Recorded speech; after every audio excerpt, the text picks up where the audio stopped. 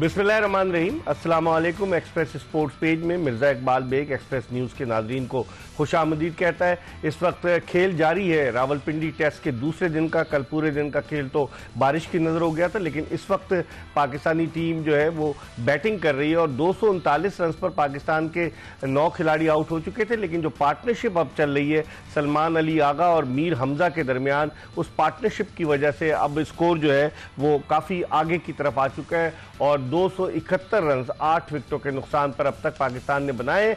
बांग्लादेश ने दूसरी नई गेंद ले लिए, लेकिन अब तक इसका कोई असर नहीं हुआ और बांग्लादेश के जो रिव्यूज थे वो तीनों के तीनों खत्म हो चुके हैं। इस मैच के हवाले से हम बात करेंगे और हमारे साथ स्टूडियोज में मौजूद हैं क्रिकेट तज्जियाकार मुनीरुल हक, जो मुख्तलिफ टीवी चैनल्स पर अपनी राय का इजहार करते हैं। और हम पहले भी बता चुके हैं कि रेडियो पाकिस्तान का एक बड़ा मशहूर प्रोग्राम था आलमी स्पोर्ट्स राउंड अप, या आलमी स्पोर्ट्स राउंड अप में भी अपनी तज्जिए पेश किया करते थे। हम मुनीरुल हक से बात करेंगे, लेकिन इससे पहले कि हम मुनीरुल हक से गुफ्तगू के सिलसिले का आगाज़ करें, आपको क्रिकेट के हवाले से एक पैकेज दिखाते हैं आज दूसरे दिन के खेल के हवाले से। जी, पैकेज आपने देखा और गुफ्तगू के सिलसिले का आगाज़ करते हैं क्रिकेट तज्जियाकार मुनीरुल हक से। मुनीर, कैसे देखते हैं पाकिस्तान की बैटिंग जो है वो सिवाय पहली इनिंग्स के, जो कि गुज़िश्ता टेस्ट मैच में जहां पाकिस्तान ने 440 से ज़्यादा रन स्कोर किए, दूसरी इनिंग में उस टेस्ट मैच की स्ट्रगल करती हुई नजर आई और आज भी स्ट्रगल करती हुई नजर आई। हालांकि एक विकेट 107 रन पर गिरी थी और लग रहा था पाकिस्तान लंबा स्कोर कर लेगा, लेकिन इस वक्त 9 खिलाड़ी आउट हो चुके हैं। बहुत बहुत शुक्रिया मिर्ज़ा इकबाल बेग। देखिए, पाकिस्तानी क्रिकेट टीम जिस ट्रॉमे से गुजर रही है ना, वो उससे निकलने की कोशिश कर रही है इकबाल, लेकिन निकल नहीं पा रही है। Very sad. आपने बिल्कुल सही कहा कि दूसरी इनिंग्स में जो प्रेशर था बैट्समैनों का वो यहाँ भी नज़र आ रहा है। 107 रन पर आपका एक खिलाड़ी आउट होता है और अब 274 ऑल आउट हो जाता है 274 पे। यानी 164-67 रन पर आपकी पूरे बकिया तमाम प्लेयर 9 प्लेयर आउट हो जाते हैं, जो लम्हा फिक्री है। जो सबसे सेशन था ना, वो जो खाने के बाद का और टी से पहले का जो सेशन था, 5 विकेटें जो गिरी हैं, उसमें आपका मिडिल ऑर्डर पूरा रैटल हो गया था, उसको उसकी वजह से जो कुछ हुआ यहाँ। इसमें आप कहीं पे भी ऐसा नहीं कह सकते गलती है हमारे खिलाड़ियों के। 2-3 खिलाड़ियों के शॉट्स देखे कि जिन्होंने गैर जरूरी अंदाज में शॉट लगाने की कोशिश की। साहिब अयूब 50 कर चुके हैं और स्टंप हो गए, वो निकल के मार रहे हैं। रिजवान बहुत बाहर जाती है गेंद को खेल रहे थे और स्लिप में आउट हुए। बहुत सारी चीजें ऐसी हुई हैं जिसमें हमारे भी कसूर है, लेकिन उनके फील्डर ने भी हमारा साथ दिया।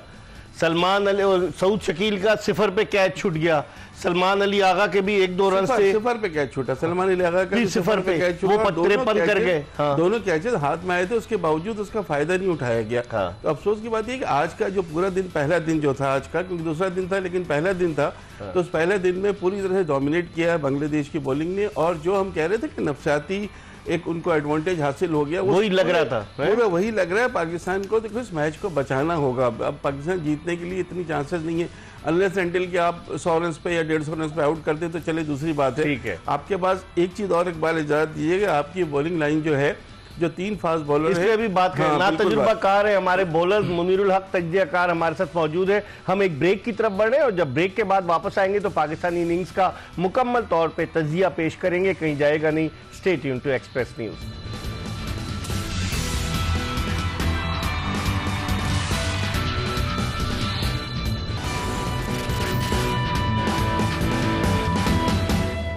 ब्रेक के बाद एक मरतबा फिर एक्सप्रेस स्पोर्ट्स पेज में क्रिकेट तज्जियाकार मुनीरुल हक के साथ आपको खुशामदीद कहते हैं।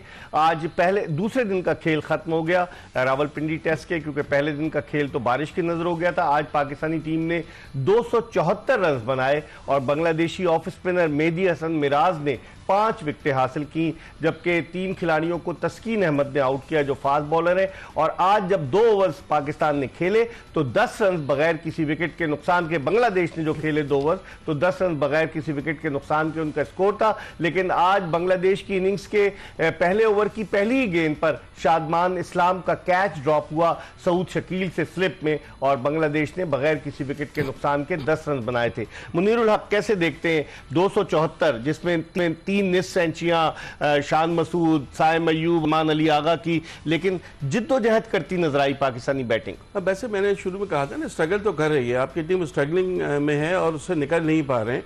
और इस तरह से 107 रन पर एक खिलाड़ी का आउट होना, फिर 170 रन पर पूरे 9 खिलाड़ियों का आउट हो जाना, ये कहीं ना कहीं बता रही है कि आपकी टीम की बैटिंग में चीज़ें नहीं है। इकबाल जो देखने वाली चीज है ना वो ये है कि आपके जो प्लेयर सेट होके क्यों आउट हो रहे हैं। हाँ। अभी अब लंबी इनिंग्स नहीं खेल पा रहे। अभी बाबर आजम की जो मैं 15 इनिंग्स देख रहा था, हाँ। एक या दो तो चलो उनके सिंगल, ज्यादातर मैचेस में 22, 23, 25, 30, आज 31 रन बनाकर आउट हुए। ये तरह लंबे फिक्र, आज वो स्ट्रगल कर रहे थे, नजर आ रहा था कि बैट पैच है उनका, उसमें से निकलने की कोशिश कर रहे थे। 15 इनिंग्स में 320 रन और 20 का एवरेज बाबर आजम जैसे प्लेयर के लिए तो बहुत लंबे फिक्र। बिल्कुल आपने सही कहा, और हम नहीं, पूरा इंटरनेशनल वर्ल्ड जो है वो देख रहा है कि बाबर आजम को आखिर क्या हो गया। अब तीसरे से 9वें नंबर पर आ गए आईसीसी की टेस्ट रैंकिंग। बिल्कुल आपने सही कहा। ओवरऑल टीम की कारकर्दगी बिल्कुल आज पहले दिन के हिसाब से देखें तो बांग्लादेश का अपर हैंड है। अभी कुछ ओवर्स बाकी है, अगर विकेटें मिल जाती है तो आप कह नहीं सकते, लेकिन इस मैच में आपने अगर पहले बैटिंग की थी तो आपको बड़ा स्कोर करके बांग्लादेश को जल्दी आउट करने की फिक्र करनी चाहिए। लेकिन कैसे आउट करेंगे इकबाल?